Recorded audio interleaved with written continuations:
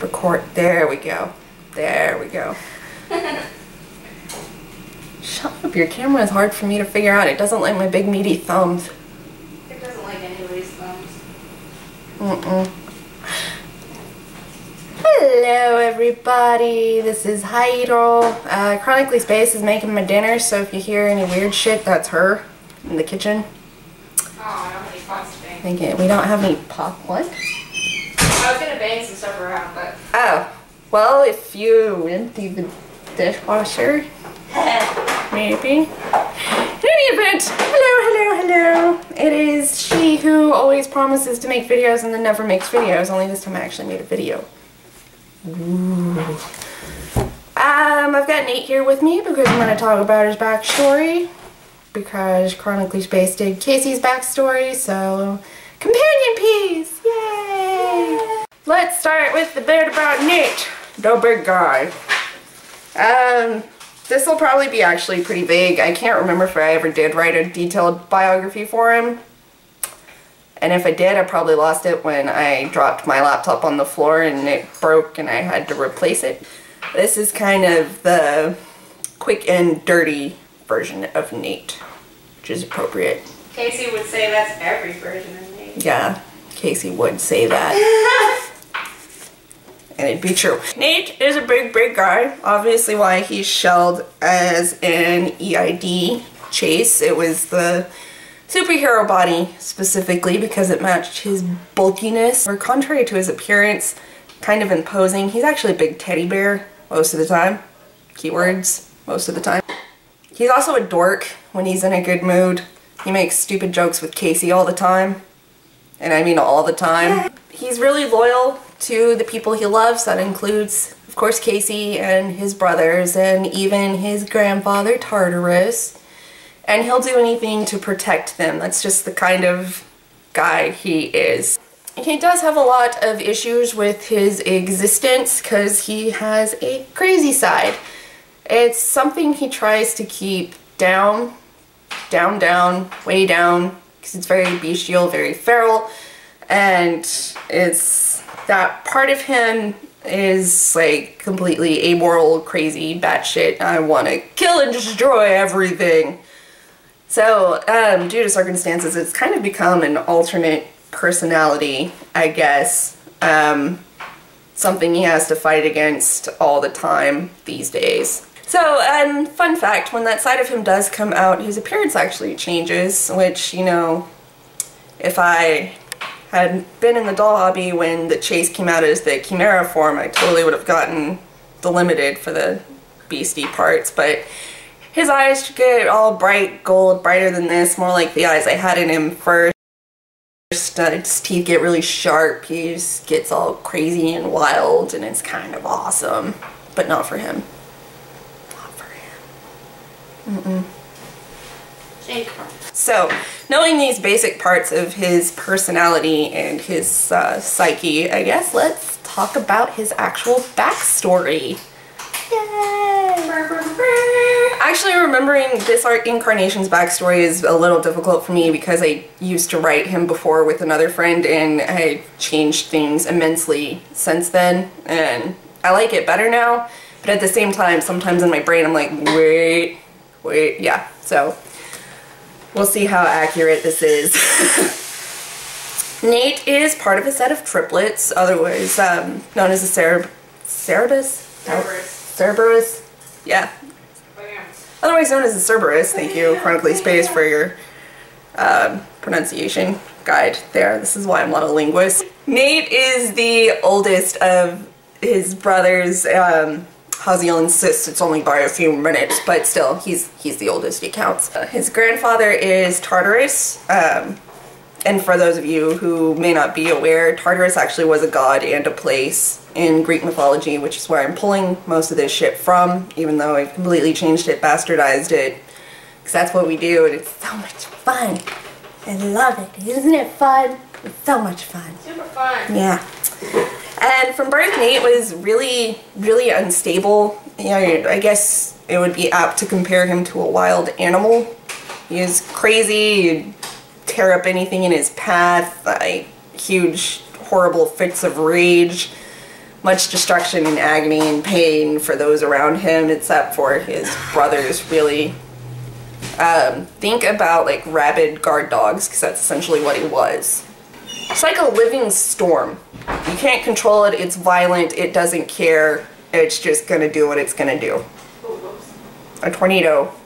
Appropriate, because his powers are air-based. Because of this, and because he was the strongest of his siblings, he actually had to be contained.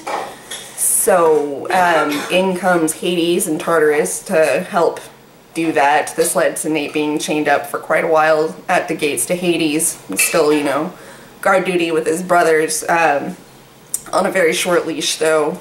He couldn't go anywhere, couldn't leave. And effectively what was done is Tartarus and Hades put a seal on his powers, and in his mind it's kind of like a mind division, a partition. Partition's the best word I can think of for that. And that led him eventually to, you know, developing an actual personality, to developing some sanity, and becoming self-aware in what he did, and kind of transformed into this quiet-ish sweetheart. Still a badass, but a sweetheart.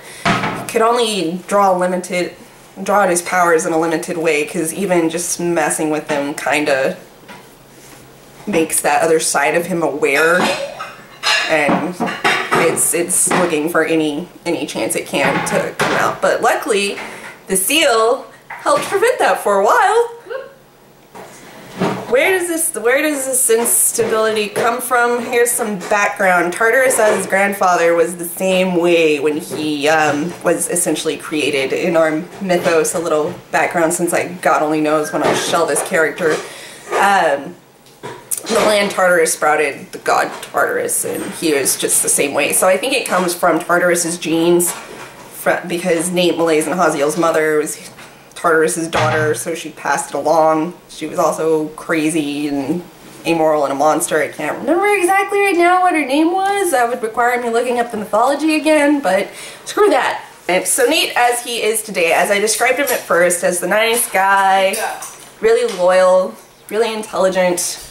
He was a long time in coming. Even after the seal was put on, it took several centuries for him to actually develop into what he is now. And there came a point during this development process where he is like, I don't want to be chained here anymore. I'm tired of being here. This is a reminder of everything that I hate about myself. I want to go somewhere else and live like a semi-normal life, as normal as an agent of the underworld can live.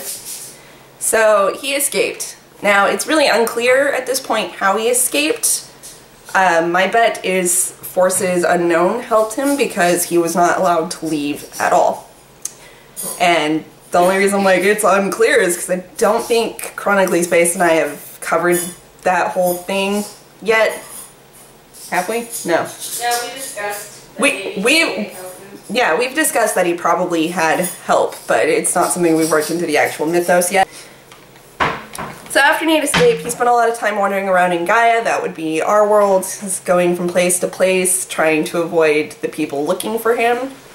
Because eventually, yeah, people are going to come looking for him, actually pretty quickly. I'm pretty sure Hades was kind of pissed off when she found out. So he ends up in this city with a capital C. Chronically Spaced described it appropriately, I guess similar to New York. We don't have a name for it. Whatever, it's a city. Doesn't matter at this moment.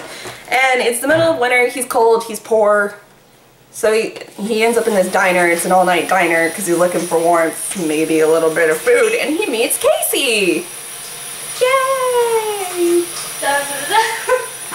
And as the rest, as they say, is history. They get together, they fall in love, a bunch of shit goes down that I'm not going to talk about because lol book.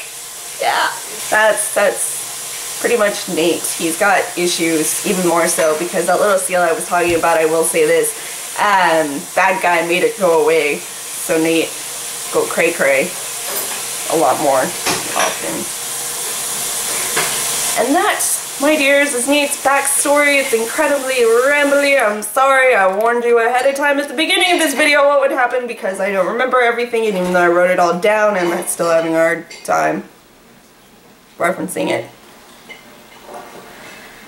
And I guess, fair warning, something I actually did want to talk about at the end of this is, you will notice this in any of my backstories videos, a lot of my characters seem to struggle with the darker side, or they have snapping points or something, and it's kind of a hobby of mine to take a character who struggles with something like that and write them snapping and then write them crumbling in the aftermath. Shut up, it's fun! She's laughing at me. I'm really mean to my characters, and I think it makes for much more interesting writing. I just like writing the whole psychological shit of that. But on the flip side, I also love writing completely amoral characters who are psychopaths and do what they want and they don't give a shit, as you will find out when I talk about Akinori and Heiji, because they're both that way a lot. So, that is a bit off topic, but whatever. These dolls will be shelled. You'll have to put up with similar things again in the future. I hope you've enjoyed this video, and I know it's been a long time coming, and I will see you guys later.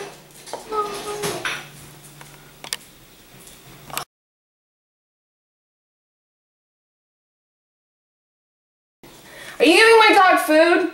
Nope. You're a liar! You're giving my dog food. You give me some food. Enjoy. Thank you.